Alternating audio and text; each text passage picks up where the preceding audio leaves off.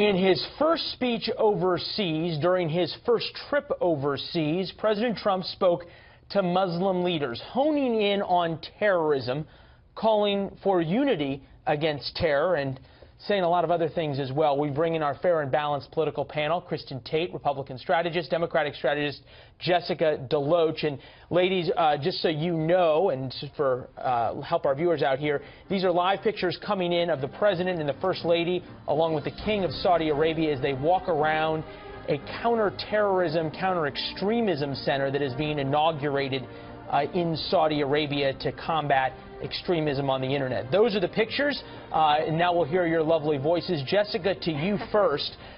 This is in every way a repudiation of President Obama's 8 years of foreign policy. It's a pivot towards the Sunni Muslim world, away from Iran, using language that President Obama insisted would only hurt America, but largely with our allies, be it the Saudis, the Israelis, the Qataris, the Emiratis. They seem pretty pleased. They do, but also you have to acknowledge the fact that President Trump has moderated his tone quite a bit. There's a Twitter feed full of comments that he's made about this part of the world and what he hoped President Obama would have done while he was in office.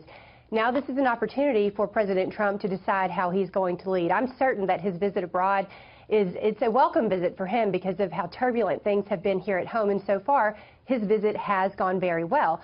Now, there are some things that have already happened that will open him up to criticism, but overall I would say it's been a very good visit. And Kristen, are you okay with the moderation? This is not the candidate Donald Trump. This is, and even in the words of Bob Schieffer, who has been very tough on the president, a very presidential-sounding Donald Trump.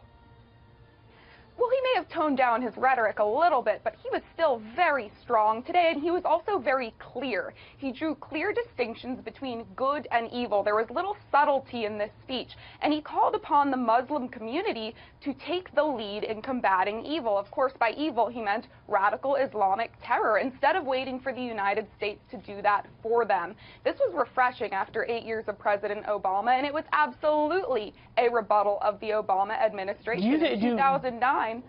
Do you think President Trump has the sort of either the willingness and or the ability to really keep, for lack of a better term, his boot on the necks of the Saudis, the Qataris, the Emiratis, to make sure they live up to these promises? We've heard from them for a long time they're combating terrorism. Meantime, the richest members of the royal family are oftentimes funding terrorism. Are you concerned about that? I think that President Trump will hold them accountable. Go ahead. Oh, no, I don't. I mean, I think that that's questionable, right, because of the arms deal that he just made with the Saudis. Because you have to remember, President Obama made an even larger deal with them back during his administration, and he had to take items off the table when we discovered that their continued attacks on the Yemeni people amounted to a rising death toll. And so now what the Saudis want, it's back in their hands, and that's going to be complicated as President Trump moves forward, talking about wanting to have a more civil Middle East. Ladies, we got to leave it then. Kristen, you will get the first word next hour as we bring you back to continue the conversation. Meantime, screen left as we thank Jessica and pardon me, Jessica and Kristen as well. Video from Saudi Arabia as President Trump is pushing on that button with the king as well to inaugurate this counter-extremism center. Liz?